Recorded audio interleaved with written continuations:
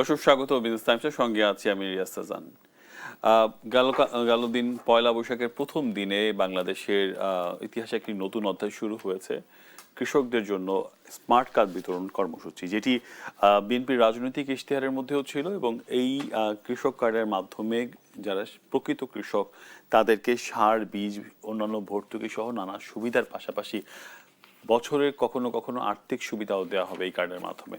ফলে এই কার্ডটি কৃষকদের জন্য অত্যন্ত গুরুত্বপূর্ণ এবং সেই কার্ডটি আসলে কতটুকু প্রকৃত কৃষকের কাছে পৌঁছাবে সেটি যেমন এক প্রশ্ন রয়েছে, সেই অন্যদিকে প্রশ্ন রয়েছে এই যে এত এত কৃষক সারা বাংলাদেশে ছড়িয়ে আছে, আসলে সরকারের কতটুকু ক্যাপাসিটি আছে সব কৃষকের কাছে পৌঁছানোর, সেটিও কিন্তু প্রশ্ন উঠেছে।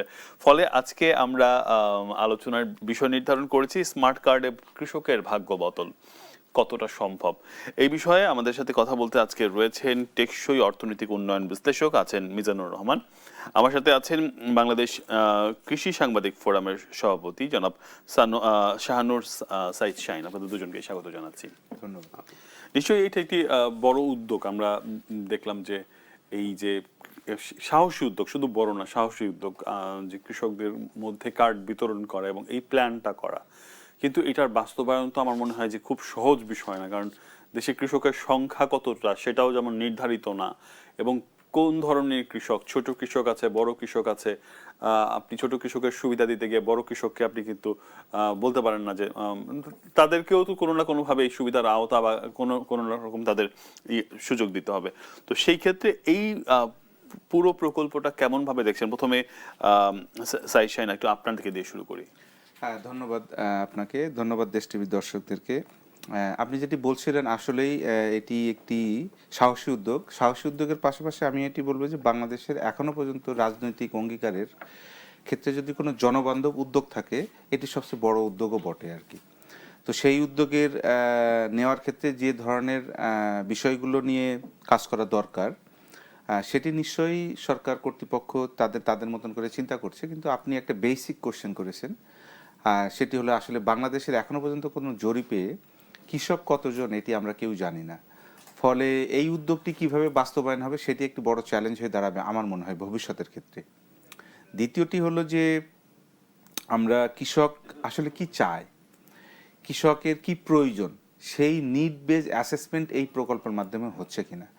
তো এই জায়গাটায় আমার আশার বাণীটা হলো যে কৃষক যেটা চায় তার শুরুর দিকে ফসলটা করার জন্য একটা মোটা অঙ্কের না হলেও মাঝারি অঙ্কের একটা টাকা লাগে, সেটি আসলে এই কার্ডের মাধ্যমে কিছুটা হলেও পূরণ করা সম্ভব। দ্বিতীয়টি হলো যে আপনি যথার্থই বলেছেন যে আমাদের কৃষক একটা বিরাট শ্রেণী বিভাজন তৈরি হয়েছে। দেখুন, বিআইডিএস সহ নানান গবেষণায় উঠে এসেছে বাংলাদেশের এখন একদম ক্ষুদ্র এবং প্রান্তিক কৃষকই প্রায় 80% উপরে। তো যখন 80% উপরে ক্ষুদ্র প্রান্তিক মানে হলো যার জমি 1 একরের নিচে অথবা 50 মানে হাফ একরের নিচে। তো এই কৃষকের আসলে কি প্রয়োজনীয়তা থাকে, সরকার যে 2,500 টাকা করে দেওয়ার যে পরিকল্পনা করছে সেটি আসলে প্রয়োজন মেটায় কিনা। আমি যেহেতু গত কয়েক বছর ধরে 1.5 দশকের বেশি সময় ধরে কৃষি সাংবাদিকতার সাথে যুক্ত, সেখান থেকে আমার মনে হয়েছে এই যে ক্ষুদ্র প্রান্তিক কৃষক, এদের মৌসুমের শুরুতে এই 2,500 টাকা যথেষ্ট। এর সাথে যদি কিছু সাপোর্ট দেওয়া যায় তাহলে আমার মনে হয় এই প্রকল্পটি অত্যন্ত সহজ হতে পারে, অত্যন্ত বাস্তবায়নযোগ্য হতে পারে। সেটি হলো কৃষক কিন্তু 3টি জায়গায় মার খায় মোটা দাগে। একটি হলো তার আর্থিক সংকট থাকে, দ্বিতীয়টি হলো সঠিক উপকরণটি পায় না, তৃতীয়টি হলো প্রতিবন্ধকতার মধ্য দিয়ে উৎপাদন প্রক্রিয়া করার পরে সে আসলে ন্যায্য দামটি পায় না। তো এই 3টি প্রতিবন্ধক মোকাবেলা করার ক্ষেত্রে এই কৃষক কার্ড আসলে কোন জায়গায় সাপোর্টিভ রোল প্লে করছে এখনো পর্যন্ত, সেই জায়গাটায় আমার মনে হয়েছে যে বর্তমান প্রধানমন্ত্রী যে স্বপ্নটি দেখিয়েছেন কৃষক কার্ড নিয়ে, সেই স্বপ্নের জায়গা আর কৃষি মন্ত্রণালয় যে বাস্তবায়ন করছে সেই স্বপ্ন আর বাস্তবায়নের জায়গাটা একটা বিস্তর ফারাক আছে। কারণ আমার মনে হয়েছে যে উনি একদমই আমাদের প্রধানমন্ত্রী একদমই ইনক্লুসিভ কৃষকের জন্য যেটি প্রয়োজন, সাস্টেনেবল অর্থাৎ টেকসই উন্নয়নের জন্য যেটি প্রয়োজন, সেটি তার উন্নয়ন ভাবনা, সেটি তার রাজনৈতিক অঙ্গীকার ছিল। কিন্তু কৃষি মন্ত্রণালয় যে ওটি বাস্তবায়ন করতে গিয়ে যেটি প্রতিবন্ধকতা তৈরি করছে আর কি, সে বেসমেন্ট ওয়ার্কগুলো এখনই না করে এটি বাস্তবায়নে নেমে গেছে। ফলে বাস্তবায়ন করতে গিয়ে করতে পারবে, কিন্তু একটা পর্যায়ে গিয়ে এটাকে থমকে দাঁড়ানোর চ্যালেঞ্জ আছে বলে আমি মনে করি।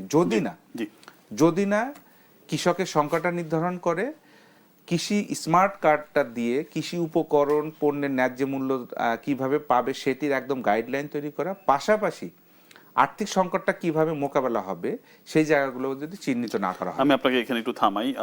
জনাব মিজানুর রহমান, আলোচনার একটা জায়গায় আমরা শেষের দিকে যেটা জিনিস আনলাম যে বড় ধরনের অ্যাসেসমেন্ট যেটা করা দরকার কৃষি মন্ত্রণালয়ের পক্ষ থেকে, সেই ধরনের অ্যাসেসমেন্ট ছাড়াই এই ধরনের বৃহৎ কাজে মাঠে নেমে যাওয়ার একটা বিষয় আলোচনায় উঠে এসেছে। আসলে এই ধরনের গবেষণা মানে, কারণ আমরা কেন বলছি গবেষণা কম হয়েছে, কারণ সরকার তো খুব অল্প সময়ের মধ্যে এটা বাস্তবায়ন করছে। তো সেক্ষেত্রে তো এটা আসলে যে প্রকৃত টাইম দরকার একটা সারা দেশের এই সেই গবেষণাটা কতটুকু হয়েছে বলে আপনার মনে হয়? দ্বিতীয়ত হচ্ছে কি, যদি গবেষণা না করে এরকম মাঠে নামে তাহলে কি হতে পারে? ধন্যবাদ। প্রথমত আমি দেশ টিভিকে আমার পক্ষ থেকে আন্তরিক ধন্যবাদ জানাই আমাকে এখানে আমন্ত্রণ জানার জন্য। সেই সাথে উপস্থাপক রিয়াজ ভাইকেও আমি আমার অন্তরের অন্তঃস্থল থেকে ধন্যবাদ জানাচ্ছি, আর আমার সহ বক্তা তাকেও আমার অনেক ধন্যবাদ, তিনি ভালো বলেছেন। আপনি যে প্রশ্নটা রেজ করেছেন এটা সত্যি খুব টাইম ডিমান্ডিং। একটা জিনিস আমি একটু বলতে চাই, কৃষির ওপরে আজকে এবং সবচেয়ে বড় কথা মাননীয় প্রধানমন্ত্রীর যে নির্বাচন অঙ্গীকার ছিল যে কৃষি কার্ড বিতরণ করবে, এবং এই কৃষি কার্ড বিতরণ করবে কতজন কৃষকের মধ্যে, সেটাও কিন্তু এলাবোরেটলি তিনি expressed in his, you know, that deep and simple sentence. Before taking the power, সে কিন্তু অলরেডি আপনি জানেন যে আমাদেরকে জানানো হয়েছিল এবং জনগণকে জানিয়েছিল যে সবারই তো দেশ নিয়ে একটা প্ল্যান থাকে, পরিকল্পনা থাকে। আমারও একটা পরিকল্পনা আছে, কিন্তু পরিকল্পনাটা অবশ্যই খুব পজিটিভ দেশটাকে সামনে নেওয়ার জন্য। আপনাকে একটু কৃষি নির্ভর যে আজকে যে কৃষি কার্ড বিতরণ হচ্ছে এটা নিয়ে আমি একটু গোড়ার কথা একটু বলতে চাই, তারপরে আসি যে এটা রিসার্চ করা হবে কিনা, বা এটা এত তাড়াতাড়ি দিল, এটা কি যুগোপযোগী বা টাইম ডিমান্ডিং কিনা। প্রথমত একটা জিনিস আপনাদেরকে ভুলে গেলে চলবে না, আপনি দেখেন আমাদের জিডিপিতে কৃষি প্রায় 11-12% জিডিপিতে কভার করে, তারপরে অলমোস্ট। তো এটা কিন্তু আমার তথ্য না, এটা আপনার হ্যাঁ, এটা হলো Bangladesh institute of development studies, BIDS এর। তো যেখানে 10-12% জিডিপি এগ্রিকালচার সেক্টর থেকে হয়, এখানে যদি আমাদের সুষ্ঠু এবং টাইম ডিমান্ডিং পরিকল্পনা থাকে, প্ল্যানিং থাকে, তাহলে এই 10-12%কে আমরা কেন 25% নিতে পারবো না? যেমন একটা কথা শাইখ সিরাজ গতকালকে প্রধানমন্ত্রীকে কোনো একটা বিশেষ তার ইন্টারভিউতে বলেছিল যে কেন nano technology, nano fertiliser, nano pesticide, nano কৃষি রিলেটেড টেকনোলজিকে ইন্ট্রোডিউস করা হচ্ছে না, যেখানে ভারতের মতো দেশ এবং চায়না তো অনেক আগে থেকেই শুরু করেছে, ভিয়েতনাম তো আমি মনে করি সফল এখন কৃষিতে,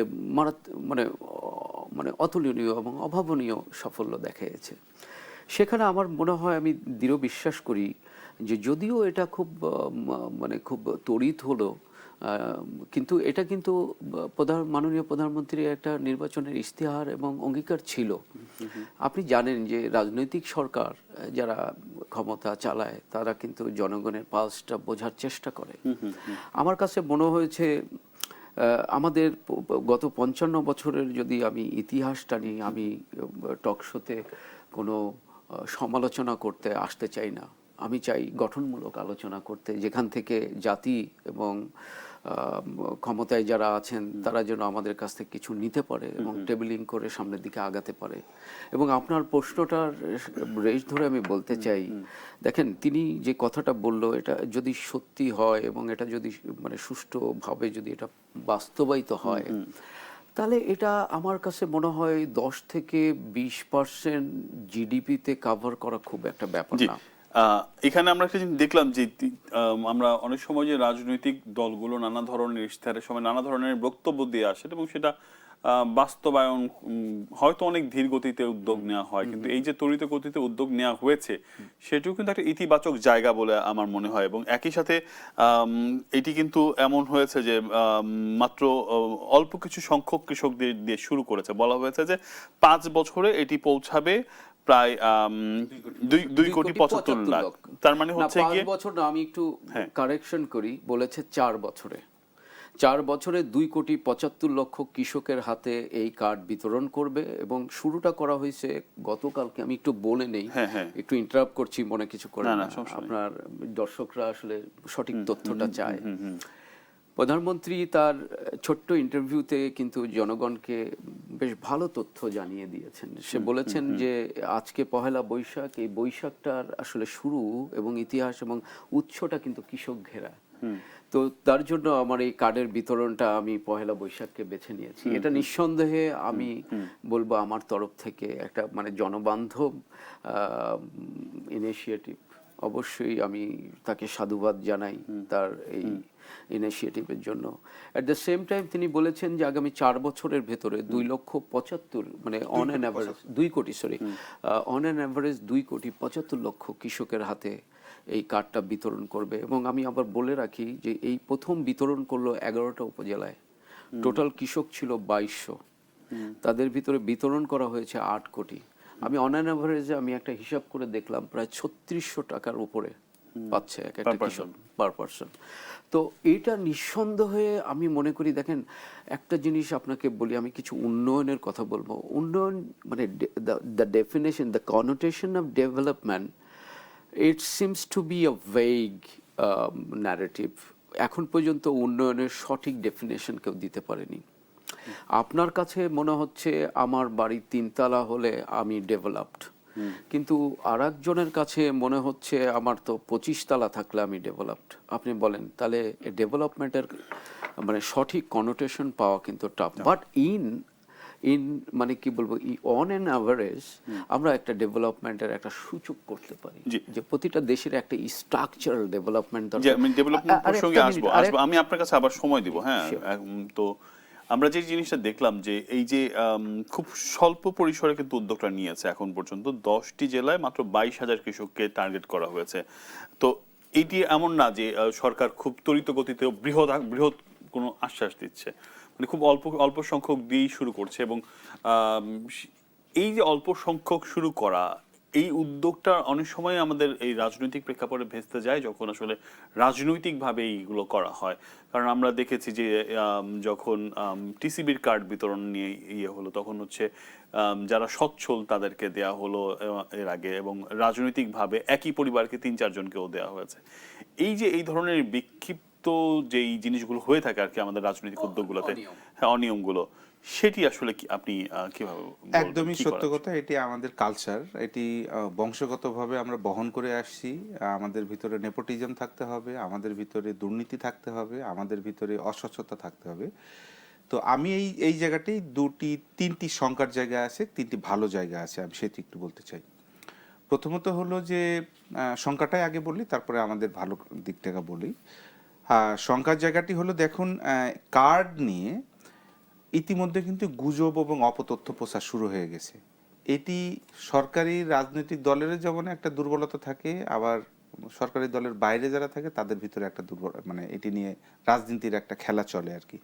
তো সেটি যেমন আমাদেরকে সামলাতে হবে, পাশাপাশি সরকার যখন আপনার কোশ্চেন যদি বলি যে এই নেপোটিজমের জায়গাটা সরকার কতটুকু স্বচ্ছ থাকবে, ঠিক গতকালকে যখন এই অনুষ্ঠানটি শুরু হয় তার আগের দিন যখন যে মাঠটা দিয়ে প্রোগ্রামটা হয় ওই মাঠে বেশ কয়েকজন মন্ত্রী এবং প্রতিমন্ত্রীরা গিয়েছিলেন।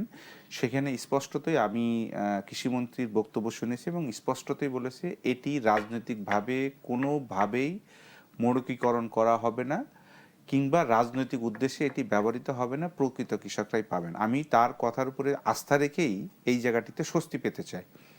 দ্বিতীয় বিষয় হলো যে দুর্নীতি কিংবা টাকাটা আসলে কিভাবে আসবে, এটি কিন্তু একটা বড় সংকট। দুর্নীতি প্রতিরোধ কিংবা টাকাটা আসলে কিভাবে আসবে, এটি কিন্তু একটা বড় কোশ্চেন মার্ক। এর পাশাপাশি আরও দুটি কোশ্চেন আছে যে টাকা এখন যেটা 2,500 দেওয়া হচ্ছে, আসলে কি কৃষক 2,500 পাচ্ছে? সেটা 2,500 বেশি, প্রায় 3,500-এর বেশি। হ্যাঁ, কত বেশি কিংবা কত কম কিংবা কি পরিস্থিতি, সেটি আমি একটা হিসাব করেছি আর কি। দেখুন, এই কার্ডের মাধ্যমে আসলে কি কি দেওয়া হবে। একটি হলো নগদ সহায়তা, একটি হলো আপনি জানেন যে প্রতি বছর মন্ত্রণালয় থেকে বেশ কিছু সিজনে প্রণোদনার টাকা দেওয়া হয়। সারের ভর্তুকির টাকা তো আছেই, এর বাইরে কিন্তু সিজনাল প্রণোদনা দেওয়া হয়, ঝড়, প্রাকৃতিক দুর্যোগ। এর পাশাপাশি আপনি জানেন যে বাংলাদেশে প্রতি বছর 30 থেকে 35,000 কোটি, মানে টোটাল বাণিজ্যিক ব্যাংকগুলোর 2% কৃষিখাতে ঋণ হিসেবে দিতে হয়। এই ঋণ দেওয়ার ক্ষেত্রে কিন্তু এক ধরনের অস্বচ্ছতা আছে এবং ব্যাংকগুলোর কিছু কারসাজি আছে, নানান গণমাধ্যমে সেটি উঠে এসেছে। তো সেই জায়গাটার ওই অস্বচ্ছতার মূল সাফারার হলো কৃষক, এই ব্যাংক ঋণটা কৃষকরা পায় না।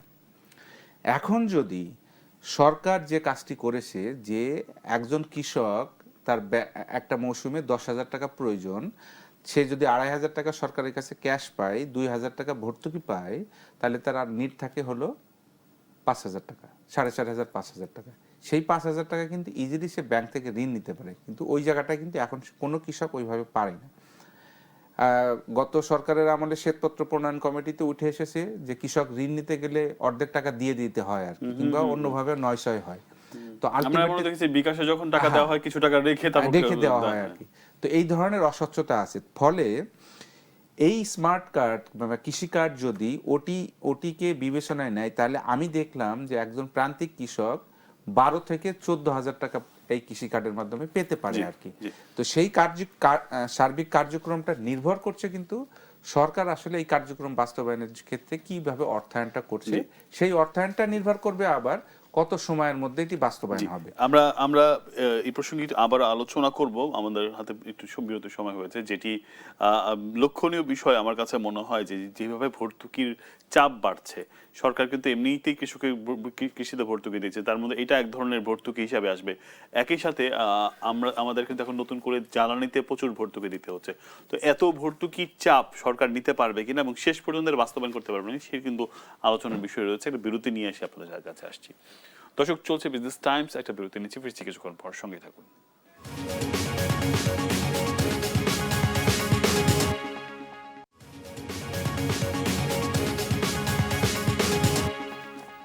আবার স্বাগত জানাচ্ছি বিজনেস টাইমসের সঙ্গে আছে আমি রিয়াজ হাসান। আলোচনা করছিলাম কৃষি কার্ডে কৃষকের ভাগ্য বদল হবে তো, এই প্রসঙ্গটিতে, এবং এই প্রসঙ্গের নানা জায়গায় আলোচনা করতে করতে আমরা যেই জায়গাটিতে এসে দাঁড়িয়েছি, সেটি আসলে সরকার যে ভর্তুকির চাপ বাড়ছে সেটি আসলে নিতে পারবে কিনা। আলোচনার জন্য আছেন জনাব মিজানুর রহমান, টেকসই অর্থনৈতিক উন্নয়ন বিশ্লেষক, এবং আছেন শাহনওয়াজ শাহিন, তিনি সভাপতি বাংলাদেশ কৃষি সাংবাদিক ফোরাম। আবারও দুজনকে স্বাগত জানাচ্ছি। বিরতির আগে আমরা যে প্রসঙ্গটিতে এসে থেমেছি সেটি হচ্ছে এই ভর্তুকির চাপ কতটুকু সরকার নিতে পারবে। কারণ আমরা জানি, আমি গত কয়েকদিন আগেও এখন ইভেন এটা আলোচিত যে জ্বালানির যেই ভর্তুকি দিচ্ছে সেটি আসলে সরকারকে প্রচুর চাপে ফেলছে, এবং এইটা তো আসলে কোনো প্ল্যান ছিল না যে এই সময় এই পরিমাণ ভর্তুকি দিতে হবে। কিভাবে দেখছেন আপনি? আমি আসলে দেখছি যে কোনো চাপ, বিশেষ করে যেটাকে বলা হয় প্রাকৃতিক চাপ অথবা যুদ্ধকালীন চাপ, এই চাপগুলো তো মোকাবেলা করেই সামনের দিকে একটা দেশকে আগাতে হয়। এটা আমি বিশ্বাস করি মাননীয় প্রধানমন্ত্রী এবং একটা দেশের যারা মানে নীতি নির্ধারক, তারা দেশ চালানোর বা দেশ কিভাবে চালাতে হয়, কী ধরনের পরিকল্পনা বাস্তবায়ন করতে হয়, তার যুগপৎ সব পরিকল্পনা থাকে। বাট দুঃখজনক হলেও সত্য যে আমাদের মতো গরিব দেশগুলোর চেহারা এবং বলবো যে রাজনৈতিক বক্তৃতা, রাজনৈতিক মানে বাস্তবায়ন যে কোনো পরিকল্পনার, এখানে তো প্রশ্ন থেকেই যায়।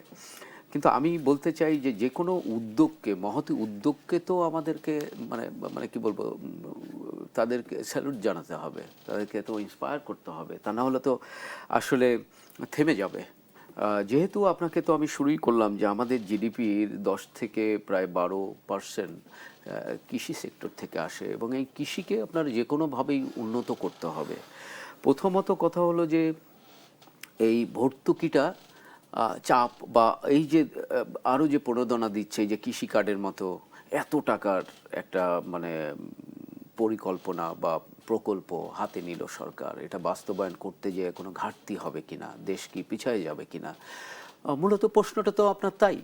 কিন্তু আপনাকে আমি একটা জিনিস বলি, সেটা হলো দেখেন, আমরা অর্থনীতিতে একটা জিনিস বুঝি, বিশেষ করে টেকসই উন্নয়নের কথা যদি বলতে হয় তাহলে এই ক্যাপিটালিজম সমাজকে আপনাকে কিন্তু রিটেন করতে হবে না, পারবেন না। এটাকে যদি করতে যান তাহলে কিন্তু একটা বিরাট বৈষম্য সমাজে তৈরি হবে। একটা পক্ষ অনেক ধনী হবে, আর একটা পক্ষ সেই নিচু নিচু জায়গায় থাকবে, যেটাকে বলা হয় দারিদ্রতার যে কষাঘাত, সেখান থেকে কিন্তু আমরা বের হতে পারবো না। মনে রাখবেন যে দারিদ্রতা কমাতে গেলে অর্থের মোবিলাইজেশন করতে হবে। একটা কথা আপনাকে বলি, এটা বলাটা কি ঠিক হবে কিনা জানি না, তবে খুবই যুগপৎ এবং সময় সাপেক্ষ কথাটা বলছি। সেটা হলো যে কোনো একটা গবেষণায় বলা হয় যে আমাদের মতো গরিব দেশে না ছোট ছোট দুর্নীতি ভালো। তাহলে ছোট ছোট দুর্নীতি যদি হয় তাহলে ওই টাকাগুলো মানে প্রান্তিক লেভেলের হাতে পৌঁছাতে পারে। প্রান্তিক লেভেলে যদি আপনি টাকা পৌঁছাতে না পারেন, আপনি কিন্তু যতই ডেভেলপমেন্ট নিয়ে চিল্লাচিল্লি করেন, একটা পক্ষ ডেভেলপ হবে, আর একটা মুদ্রার আর এক পার্ট ওটা কিন্তু একেবারে মানে কি বলবো গর্তের কিনারে পড়েই থাকবে। দারিদ্রটা ওই কি বলে ওই কষাঘাত দারিদ্রের ওই ঘোড়াজাল বেড়াজালের ভেতর থেকে আমরা আর বের হতে পারবো না। যার জন্য আমি বলি যে প্রতিটা প্রান্তিক লেভেলের অর্থ পৌঁছানোর, সেটা যদি 3600 টাকা যদি অন অ্যান অ্যাভারেজ, যদি যেটা আমাকে মাননীয় প্রধানমন্ত্রী যেটা গতকালকে বলল, যদি 3600 টাকা মাসের জায়গায় যদি 3000 টাকাও একটা প্রান্তিক লেভেল বছরে যদি একটা কৃষক, এটা এটা বছরে, আচ্ছা, বছরে যদি 3600 টাকা দেয়, তাও আমি বলবো যে টাকার একটা মোবিলেশন হবে।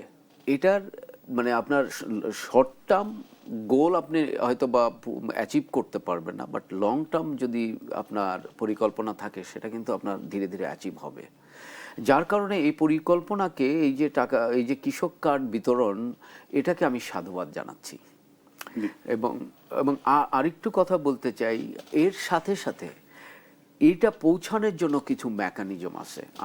আমি নীতি নির্ধারক যারা শুনছেন এবং দর্শক যারা শুনছেন, আমি তাদের মানে অধীর আগ্রহ যে এই তথ্যটা দেই কিনা।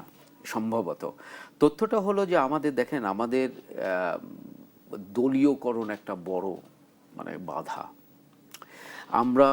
আমি মাননীয় প্রধানমন্ত্রীর জায়গা থেকে যদি কল্পনা করি, আমি হয়তো বা খুব সৎ, কিন্তু আমি যে প্রশাসন এবং যার মাধ্যমে আমি প্রান্তিক কৃষক অথবা ক্ষুদ্র কৃষক অথবা একটা লবণ চাষিও হোক না কেন, তার কাছে আমি আমার অর্থ পৌঁছাতে চাই, সেই জায়গায় যদি দলীয়করণ হয় তাহলে কিন্তু পৌঁছাতে পারবো না। যার জন্যই আমি টেকসই একটা মানে সিস্টেম বের করতে হবে, যার মাধ্যমে কেউ যেন, কোনো মাধ্যম যেন তাদের এই গরিবের টাকা যেন আত্মসাৎ করতে না পারে।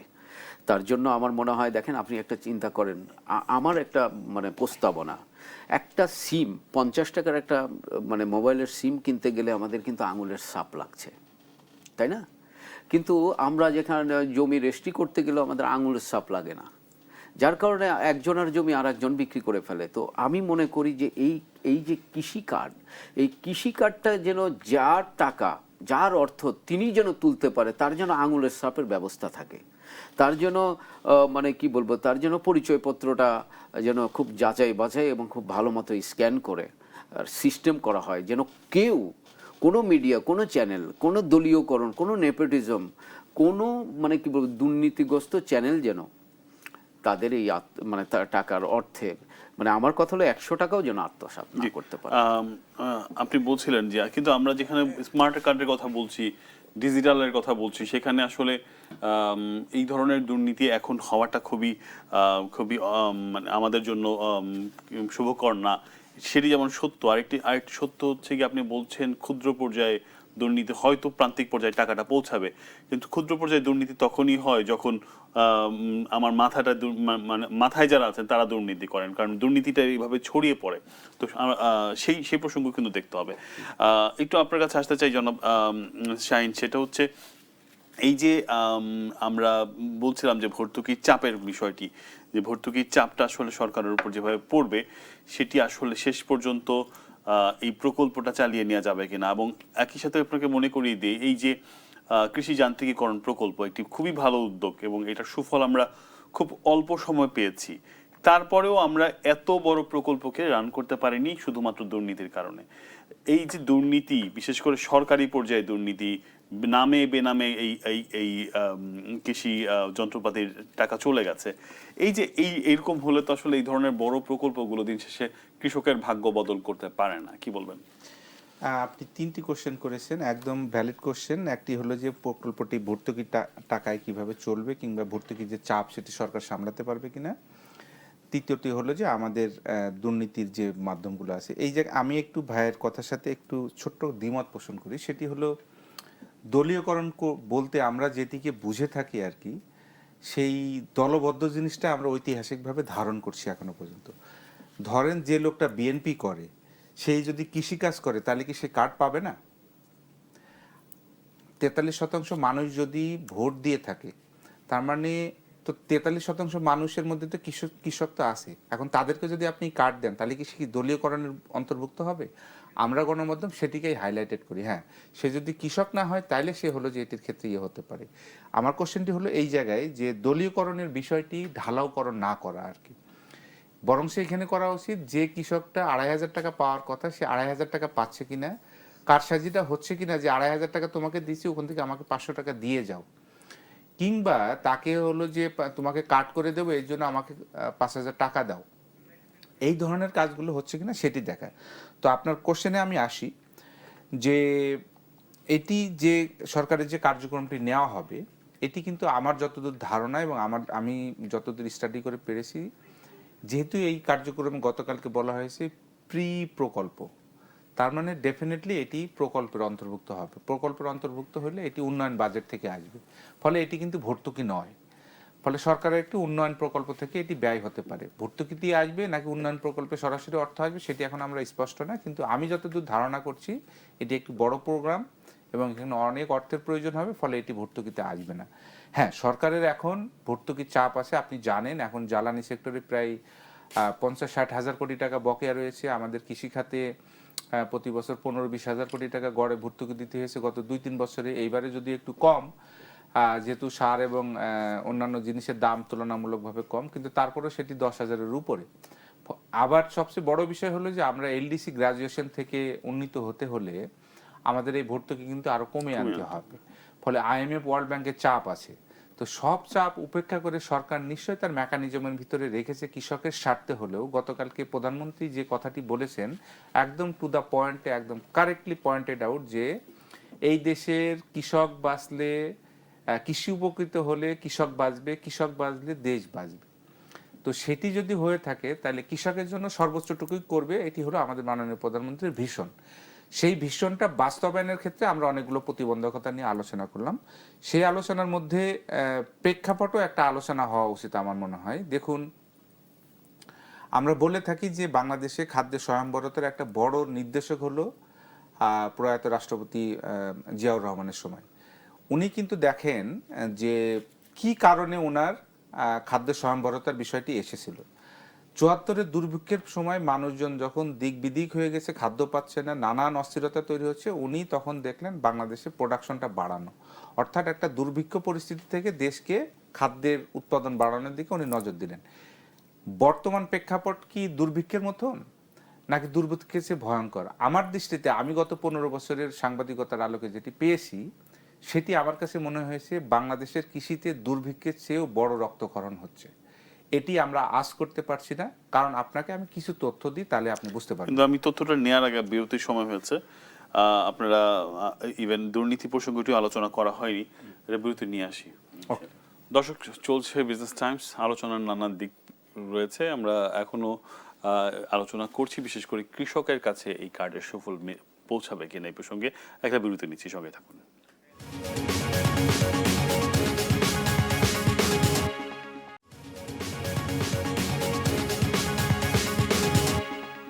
আবার স্বাগত জানাচ্ছি বিজনেস টাইমসের সঙ্গে আছে আমি রিয়াজ হাসান।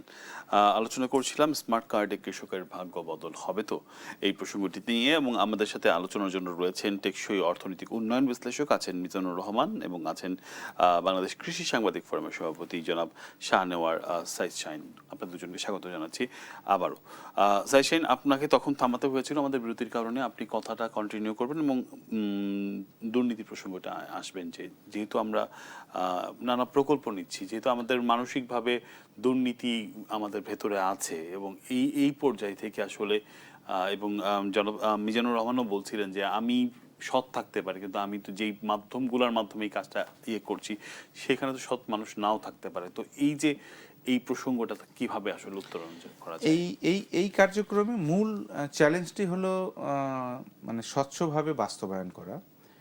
কোন কোন জায়গায় অস্বচ্ছতাটা আসতে পারে, কোন কোন জায়গায় দুর্নীতিটা হতে পারে, সেটির প্রথম মাধ্যম হলো আমরা যারা ব্যবস্থাপক থাকবে এই কার্যক্রমের মধ্যে আর কি। ব্যবস্থাপক বলতে আমি বোঝাচ্ছি যদি হলো প্রকল্প হয় তাহলে প্রকল্পের লোকজন এবং যারা সুবিধা দিবে যাদের মাধ্যমে তারা, এবং আপনি যেটি আমি একটু আগে বললাম যে রাজনৈতিকভাবে এখানে কিভাবে ইনভলভ হবে। এখানে আমার মনে হয় যেটি এই কার্যক্রমটি বাস্তবায়নের ক্ষেত্রে যদি আমরা দুর্নীতি, অস্বচ্ছতা এবং পরিপূর্ণ কৃষকের কাছে পৌঁছাতে চাই, তাহলে অবশ্যই প্রকল্প যদি নেওয়া হয় তো সেই প্রকল্পকে মনিটরিং করার জন্য জেলা এবং উপজেলা পর্যায়ে মনিটরিং টিম করা উচিত, সুশীল সমাজ, এবং ওখানে শুধু রাজনৈতিক দলই না, মানে এখন যেহেতু বিএনপি ক্ষমতায়, ওই সুশীল সমাজ বলতে শুধু বিএনপি করে এরকম লোক না, আরও সিভিল সোসাইটি আছে, বুদ্ধিজীবী আছে, অন্যান্য সমাজের প্রতিনিধি আছে, তাদেরকে নিয়ে যদি একটা মনিটরিং টিম না করা হয় তাহলে আমার মনে হয় যেটা আপনি শঙ্কা করলেন, আমাদের মজ্জাগত বিষয়, আমাদের রক্তে মিশে গেছে দুর্নীতি, অব্যবস্থাপনা, নেপোটিজম, সেটি আমরা রোধ করতে পারবো না। এটি গেল একটি বিষয়। দ্বিতীয় বিষয় হলো যে আমাদের প্রকল্পটি ডিজাইনটি কিভাবে করা হচ্ছে সেটির উপরে নির্ভর করে। দেখুন, আমি দেশ আমলা দিয়ে চলে সেটি একটি বিষয়, কিন্তু সেই আমলাদেরকে চালানোর জন্য রাজনীতিবিদরা যদি অতটা সচ্ছল না হয়, অতটা পরিপক্ক না হয়, তাহলে যে প্রবলেমটি হবে এই এই এই ধরনের কেনাকাটাই, এই ধরনের প্রকল্প কেনাকাটা কিংবা অন্যান্য আনুষঙ্গিক কাজে বিরাট ধরনের একটা ব্যয় রেখে দিবে। আপনি সাংবাদিক, আপনি নিজেই জানেন যে কাজ নাই কাম নাই খিচুড়ি রান্না করতে যেতে আমাদের বিদেশ যেতে হয় আর কি। হ্যাঁ, ট্রান্সফরমার কিনতে হবে, সেটার জন্য বিদেশে যেতে হয়। এই ধরনের কিছু কার্যক্রম এই প্রকল্পের ভিতরে ঢুকে যেতে পারে যদি না আমাদের প্রকল্পটির সঠিকভাবে ওইভাবে তদারকি করার ক্ষমতা আমাদের রাজনীতিবিদদের না থাকে। আমাদের হাতে সময় কম আছে, আপনি পয়েন্ট আকারে একটু দ্রুত বলতেন তাহলে আমি প্রথম থেকে আমি যদি বলি, আমাদের দেশের এটির আপনার যে শিরোনাম কৃষকের কাছে সুফল পৌঁছাবে কিনা, আমি অবশ্যই চাই সুফল পৌঁছাতে হবে। সেই জায়গাটায় প্রথম কাজটি হবে কৃষক কত সেটি নির্ধারণ করা। আমরা জানি কৃষক এখন বাংলাদেশে কত সেটি কেউই জানে না, বাংলাদেশ সরকারের কোনো প্রতিষ্ঠান জানে না, শুধু জানে হলো কৃষি পরিবার কতটুকু। দুর্নীতি মুক্ত করতে হবে সার্বিক কার্যক্রমকে। মাননীয় প্রধানমন্ত্রী যে ভিশন রয়েছে কৃষকের উন্নয়নের, সেই ভিশনটাকে বাস্তবায়ন করতে হবে। প্রেক্ষাপট যেটি, সেটি হলো যে একটি আইটি ব্যবস্থাপনার মাধ্যমে এই পুরো কার্যক্রমটি পরিচালনা করতে হবে। আপনি একটু সবশেষ মন্তব্য সংক্ষেপে করবেন। আচ্ছা, সংক্ষেপে যেটা হচ্ছে যে আমি জনগণকে, প্রধানমন্ত্রীর পক্ষ থেকে, আমি আসলে নির্দলীয় মানুষ, তারপরেও মানে ভালো উদ্যোগকে ভালো বলবো না, এটা আমার কাছে মনে হয় এটা একটা মানে দায়হীন কাজ। তো দায় নিয়েই কথা বলতে চাই। আমার কাছে প্রধানমন্ত্রীর কার্যক্রম এখন পর্যন্ত ভালো লাগছে। একটা ভালো জায়গা হলো যে দেখেন, আমরা যদি একেবারে শেষ মন্তব্য, একদম সময় নেই, এক লাইন, সেটা হচ্ছে যে দুর্নীতি মুক্ত করতে গেলে অবশ্যই সিস্টেম দাঁড় করাতে হবে, যে যেই সিস্টেমটা এমন একটা সিস্টেম যেন ভবিষ্যতে আরো এই ধরনের মহতী উদ্যোগও যদি নেওয়া হয়, ওই সিস্টেমের মাধ্যমে যেন প্রোটেকশন হয়। অর্থাৎ দুর্নীতির জন্য নতুন একটা ধরনের সিস্টেমের কথা বলছিলেন আপনি। অনেক ধন্যবাদ দর্শক। আমরা আলোচনা করছিলাম স্মার্ট কার্ডে কৃষকের ভাগ্য বদল হবে কি, এই প্রসঙ্গটি নিয়ে। আগামীকাল আবারও নতুন কোনো বিষয় নিয়ে আপনাদের সাথে যুক্ত হবো। সে পর্যন্ত ভালো থাকুন, দেশ টিভির সঙ্গে থাকুন।